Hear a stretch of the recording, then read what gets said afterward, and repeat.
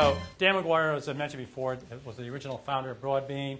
Now runs this business Cube19, where I think he went after he came back from spending a year running around Thailand. It felt like a year anyway, Dan. Probably wasn't quite that long, was it?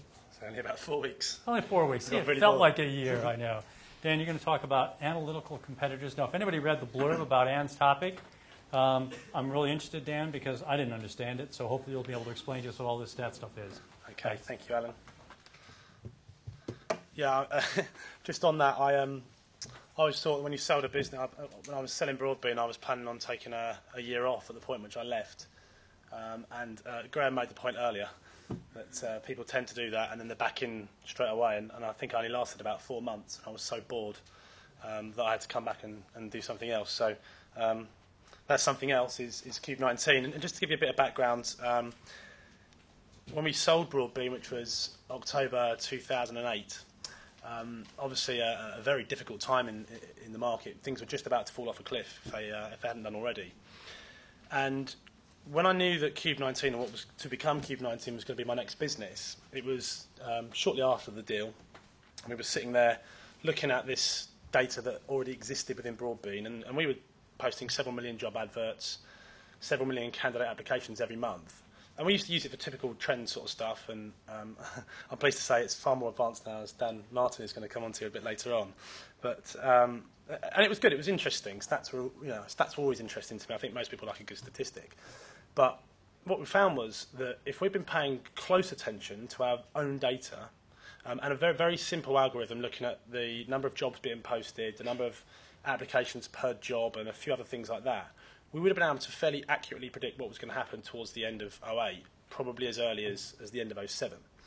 And so that would have given us, even if we were being conservative, probably middle end of Q1 08, we would have been pretty confident things were going horribly wrong in the global economy. And what we would have been able to do at that point is make some fundamentally different decisions. So certainly we were aggressively hiring at the time. We would have slowed down or maybe even stopped hiring. We were just pushing into Europe and to the US, and we would probably certainly would at least reduced our exposure in Europe. And no doubt we would have spent some time looking at ways in which we could incentivise people to sign longer-term contracts. And these are all things that would have had a material effect on the valuation of our business right at the point we were about to sell it. So I honestly believe that if we'd had a combination of that knowledge and a proper analytics product, I believe we could have doubled the value of the business if we'd had that probably 3 years beforehand. And that was the point when I was looking at that, and I thought, well, if that's what's possible at a strategic level, but there are quite a lot of companies that kind of operate in that space of providing what I class as MI, management information. And my view was that if we could find a way in which to give information to people at every single level of the business that help them with the decisions that they have to make, then that's the kind of thing that actually contributes to all of the kind of things Graham's been talking about in terms of improving profits, deriving more value from the employees that are currently in the business, and so on. So I think I'm down on the agenda as a product demonstration. I'm not going to do a product demonstration. If anyone wants one, we're very easy to find. What I thought I'd talk about is what it... Well, we're going to try and condense 18 months' worth of research into about 18 minutes. So it might be a bit whistle-stop, but we'll get through it. So I like to use the term analytical competitor. So really what analytics or business intelligence is very simple. It's fact-based decision-making. It's using data that already exists within the organisation to make fundamentally better decisions on a consistent basis. I thought this stat was interesting. 88% of companies with a data analyst have turned data into revenue. And what that means is that if you think about the number of data transactions that occur within a recruitment business on a daily basis, so looking at all of the things that get put onto the CRM, phone systems, any other system that you've got, there's a lot of kind of hidden information there. And what we wanted to do was try and turn that information into something that was tangible and usable by people to help them make more money. So the type of companies that have a data analyst are the much larger organisations. It's not typically the type of companies you find within the recruitment industry. So we felt if we could fulfil the role of that data analyst, it'd be a very valuable proposition. Now, in the recruitment industry, there isn't really that much that you can differentiate on Of course, you've got some of the larger companies who've got bigger budgets and perhaps more money to spend on brands and so on. But most companies in the recruitment industry are small and medium sized. I think there was a statistic earlier that most companies have 50 consultants or less. So what you can really compete on is having the best people and the best processes. And really where analytics comes into that is helping you find ways in which to help your people become better recruiters and ways in which your processes can contribute to increased profitability. Now, the thing about becoming an analytical competitor is it's a mindset, and I mean this in a very genuine way. What a lot of people do is, and most people can get a bit obsessed with numbers and stats and so on. And most of the companies we go and see, people have got these like really elaborate spreadsheets, and and they've got all these different tabs, and they've spent years building it up and turning it into something that they feel gives them a real good feeling about their business. And when you ask them specifically which of the fields they look at, there's normally only 2 or 3 that are really important. And so, in order to be an analytical competitor, you have to find a way in which the information that you're collecting is usable. So that means that from the top down, everyone has to believe in it. I've never seen, from all the research I did in many industries outside of recruitment as well as recruitment, I've never seen a company really nail analytics where the CEO didn't buy into it. It has to be a top-down thing. Because if the CEO doesn't buy into it, nobody else in the company will do. And this stat here is from Gartner, did a report on CIO priorities. And they did, I think, about 2,500 CIOs from all around the world.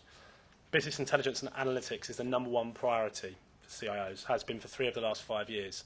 And that compound annual growth rate, 8%, more than 8%, has been right throughout the recession. It's one of the fastest growing software markets in the world.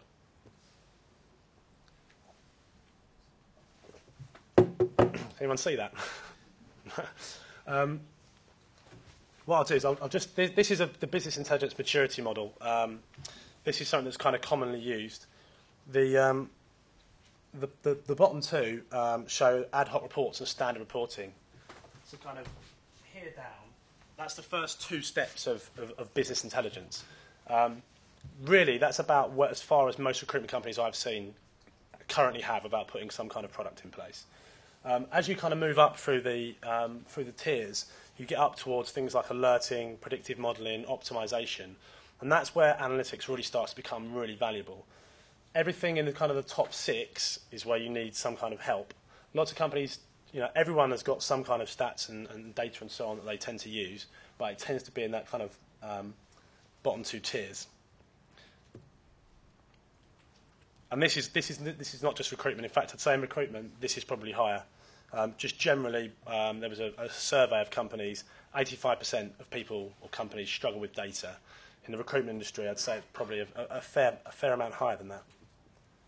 And the reason for that is that people tend to have too much data or too little.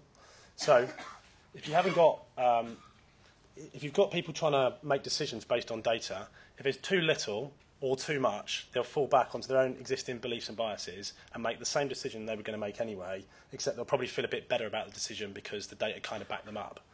And this is really common. So most of the ways that data gets collated and gets put into spreadsheets means that people are looking at way too much data. They can't really find what they want. It's very difficult to spot trends and patterns.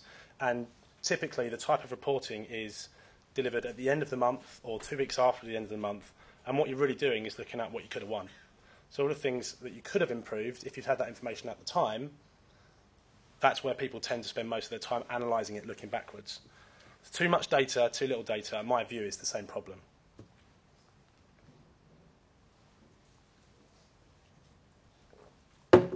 These are some actual spreadsheets from some of our clients that they showed us before we started working with them. Amazing amount of data that people collect.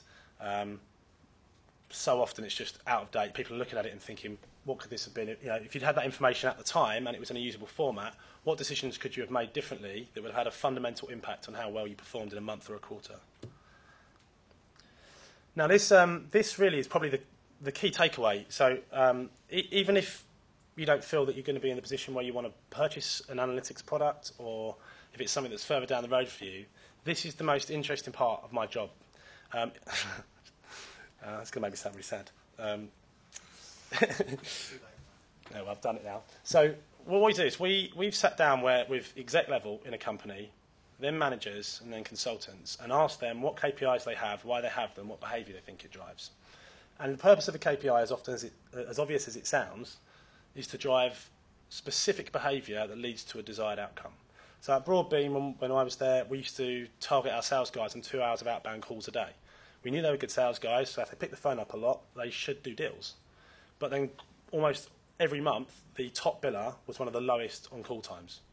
And we typically kind of let him off if he hit his target, and if he didn't, we'd give him a bit of a rollicking for not hitting his call times. But actually, that just makes a mockery of the entire KPI. It's not driving the right behaviour. And so in situations where you've got people who are hitting their targets in spite of their KPIs, that's the time to look at it and say, well, are we actually driving the right things? So we sit down with these kind of executives, managers and consultants, and we ask them this question. And what you get is completely different answers as to what behaviour they think it drives, why they think they have it in there. One really good one is one of our clients was telling us that they asked their consultants to do 3 mail shots a week. Some people are, believe it or not, still mail shotting clients. And we asked the consultants what they thought about it, and the consultants said, well, yeah, we do it because we've got to tick the box. But the only people that we mail shot are the people we have absolutely no intention of doing business with, because we know it pisses them off. But the thing is, but when you look at that sort of stuff, it sounds pretty obvious. But most of the KPIs that we have are there because that's what we've always had, or it's what worked for us in previous companies, or it's what feels good. And you may need someone to do this, someone who's independent. So if you've got a non-exec or somebody else you can kind of trust with this to get a real, genuine, honest answer from your consultants. And we have some companies who pay their consultants extra commission if they consistently hit their KPIs. So then you've got people making phone calls to whoever just to keep their call times up, or sending out a couple of speculative CVs, or whacking an interview for somebody they've got no chance of getting the job just to tick the box. KPI is not a box ticking exercise. A KPI is there to help you drive specific behaviour, which ultimately should lead to people making more placements. Has anyone seen Moneyball? I know Toby Badman's seen it. Anyone read the book? Yeah. Probably my favourite book at the moment. The thing I wanted to take out of that entire book was that what they did, for anyone that doesn't know, it's a story about baseball, true story based on the US Baseball League. And there's a team called the Oakland Athletics, and they had the lowest budget of all the teams in the league, and they won consistently more regular season games than the New York Yankees, who had a budget 10 times the size. And so Chap decided to go and try and find out why that was, because surely it couldn't be chance if it was happening on a consistent basis. And what he found was that people had been measuring the wrong things for a very long time, and what they had was the big 5. And the big 5 were, can they hit? Can they hit hard? Can they run fast? Can they catch? Can they throw? And if they were a good-looking chap and a bit athletic, that would be better because they could probably market them a bit easier, make a bit more money from them. And that was typically how baseball players were recruited. And what the Oakland A's did, had a guy called Billy Bean, who's the general manager, and he didn't have this budget, so we had to find another way to compete. And so what they did was started to look at things from a different angle, and they hired a guy from Harvard, I think it was, and asked him to analyse everything that was going on with their team and with other teams. And what they found was that a much better thing to base it on was how often people got on base, i.e. how many times they hit the ball without getting out. So someone that takes a lot of risks, who hits a lot of home runs, is also going to get out a lot. And if you get out, you lose games. Their view is that if they had people, even if they weren't superstars, who didn't get out very much, that would help them win games, and it was proven to be true. So what they did was just look at it from a different direction. And the biggest thing with analytics and with the KPIs that exist in the business is to constantly examine them. Are they genuinely helping you? Are they genuinely helping people in your business? Or, in fact, are they hindering them? How much time is wasted, do you think, with people in your business trying to achieve KPIs that have been set for them that have absolutely no impact on the number of placements they make? So our methodology is really simple. When we go into a company, but this is something that you can certainly do the first steps of yourself, is analyse what's going on, analyse what the KPIs actually do. Most companies base their decisions on outcome, as in the number of placements, the number of amount of revenue generated. My view, very clear on this, is that people should be measured on the process, not the outcome. So what are the steps in the process that people need to achieve or need to consistently do to achieve the outcome that you want, to improve the amount of sales they're making. If you can kind of nail that process down and get it kind of on an individual level, then you start to get something really interesting going on. So individualizing KPIs, typically what we see in most cases, KPIs and targets are set right across the board. So it's, this many calls, this many CV sends, this many interviews, and so on. It probably sounds pretty familiar to most people. My view is that everyone has different strengths, different abilities. So if you had an example, say, where you've got 2 people working the same desk, one of their KPIs is to go and do 5 client meetings a week. If you knew that from that, one guy was getting a job order every time and the other guy wasn't, then it doesn't make any sense to keep sending them both out to the same number of meetings. Get the guy who's very good at it doing more and the guy who's not doing less. And if you can start to look at that in terms of calls, I don't buy into call times or call volumes as a viable KPI at all. Number of interviews, ratios, everybody's is different. And what it allows you to do is to create individualized, strengths-based KPIs. And I was reading a survey by a company called Gallup, and this was a survey they did right across the world, showing about 10,000 employees. And they asked them whether they felt that they used their strengths on a regular basis.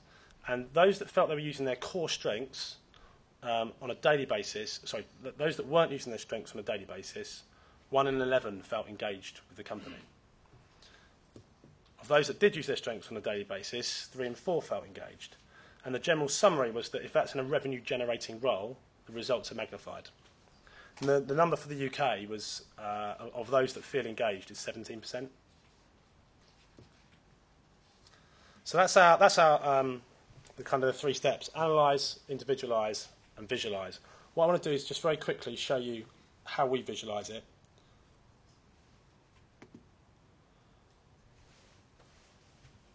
So what we do is we, on the basis that we're going to look at everything that an individual does, create individual KPIs and targets, and then try and give that information to them to help them do their job a little bit better, what you do is create a massive management headache. If you've got 50 people in your company and they all end up with completely different KPIs, what you do is generate a ton of data and becomes almost impossible for management. So what we were looking at was a way in which we could find a way to visualise the data that could convey the maximum amount of information in just a snapshot. So what we do is we turn things into scores. So if you took a sort of more traditional look with KPIs, looking at the number of any activity that somebody's supposed to do, we also believe that not every step in the process is equal. So the traditional way of doing pipeline planning is to say, if there are 10 steps in the process and we're 5 through, we've got a 50% chance of filling the job, which is rubbish. But it's easy, and that's how we've always done it, because it was just probably the easiest way to count it.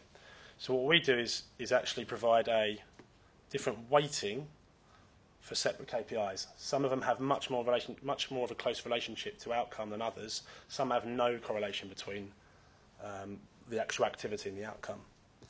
And what it allows us to do is to put everything onto a screen where you can kind of move things along time-wise and see who's doing what.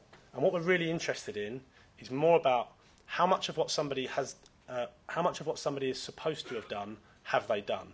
Because if it's all good news, we don't need to look at the data.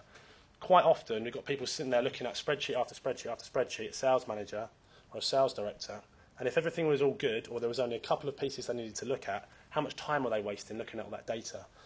So at the bottom, you've got the activity. Along the side, you've got the billings.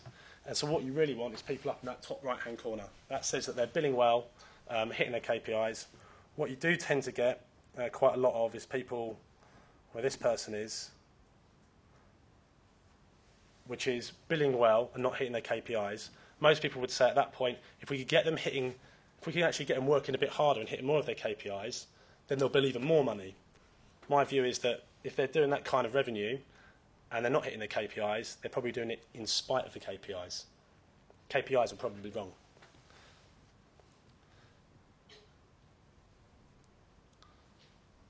So that's just a kind of a quick example of how we visualise data. To give you an idea, each bubble on there for every 1 month period is 8 A4 sides of Excel spreadsheets. That's how much data someone would have to be looking at on a regular basis to spot these kind of trends and patterns and so on.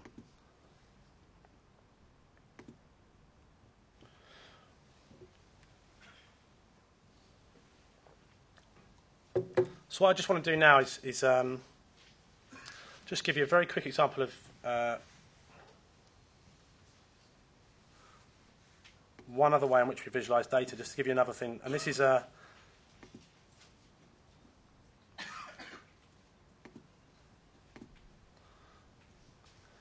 just one example of something we're doing for a client at the moment, but I really like it as a way of looking at data, and it's just something that you can do a bit of yourself if you're into it.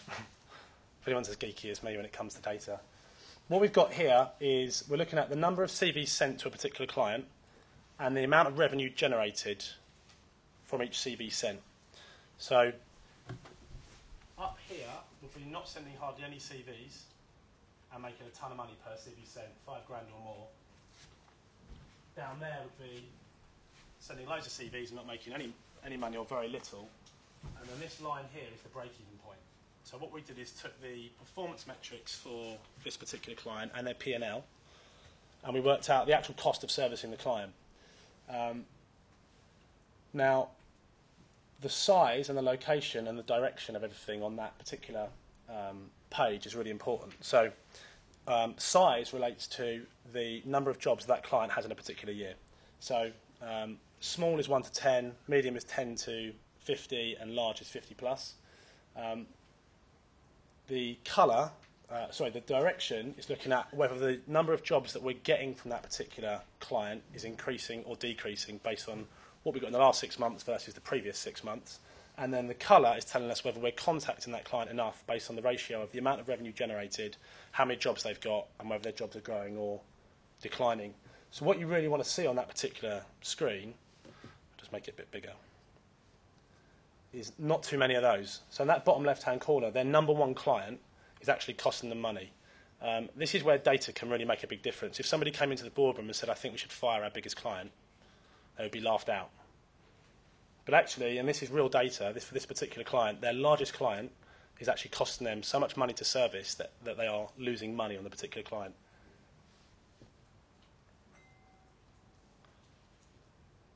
I'll just take it up. So that's the top right-hand corner. The number in there as well is showing that where they rank in terms of revenue generated per client. So the two seventh highest revenue generating clients, both of whom are growing in terms of number of jobs created in the last 6 months versus the previous 6 months, and that colour there is telling us that we've just not been contacting them enough. They're growing, we're not speaking to them. And what you really want to have is a situation where you've got a ton of green and a ton of things pointing in the right direction. That, again, is a hell of a lot of work and a lot of data, but just as a takeaway, if you actually sit down and do some fairly straightforward calculations, what you can do is work out how much your clients are costing you. It's the sort of thing, this is the kind of thing that you would be looking at on a regular basis, but even if you just did it as a one-off exercise and work out, particularly the sort of stuff Graham was talking about, if you're looking at building value in the company, if you're able to sit there and show to a potential acquirer that all of your clients actually generate you profit and don't lose you any money, or that over a period of 3 or 6 months you've taken companies who were costing you money and put them into profit or removed them, that's the kind of steps that will actually add value to the business.